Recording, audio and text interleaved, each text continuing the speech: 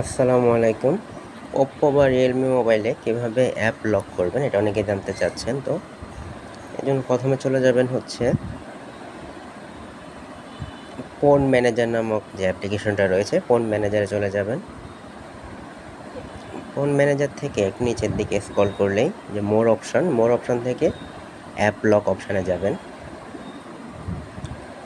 App lock অপশানে যাওয়ার পর আপনাকে কিছু সেটিংস করতে হবে। সেটিংস বলতে আপনাকে একটা পাসওয়ার্ড সেট করতে হবে। আপনি পাসওয়ার্ডটা সেট করে দেবেন। পাসওয়ার্ডটা সেট করে দেওয়ার পর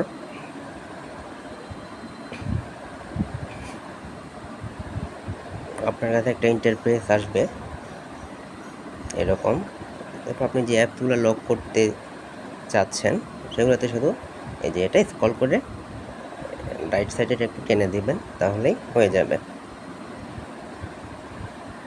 এভাবেই আপনারা যে কোনো অ্যাপস লক করে রাখতে পারবেন অতিরিক্ত প্রাইভেসির জন্য।